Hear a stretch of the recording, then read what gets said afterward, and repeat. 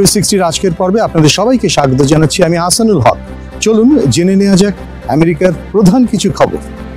ইউক্রেনের president Volodymyr Zelensky রবিবার পেনসিলভেনিয়াতে একটি অস্ত্র কারখানা পরিদর্শন করেন। রুশ সামরিক আক্রমণ ঠেকাতে ইউক্রেন যে যুদ্ধ করছে তার জন্য প্রয়োজনীয় অত্যন্ত গুরুত্বপূর্ণ অস্ত্র যারা তৈরি করে সেই সব কর্মীদের ধন্যবাদ জানান তিনি।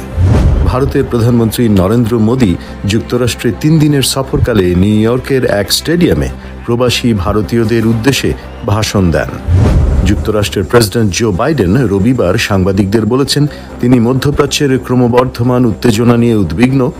ইসরায়েল এবং হেজবুল্লাহর মধ্যে সংঘাত বৃদ্ধির প্রেক্ষাপটে তিনি বলেন, বৃহত্তর যুদ্ধ ছড়িয়ে পড়া রোধে আমরা যা কিছু করতে পারি তা করব। VOA60 আজ এ পর্যন্তই। আহসানুল হক, ভয়েস অফ আমেরিকা, ওয়াশিংটন।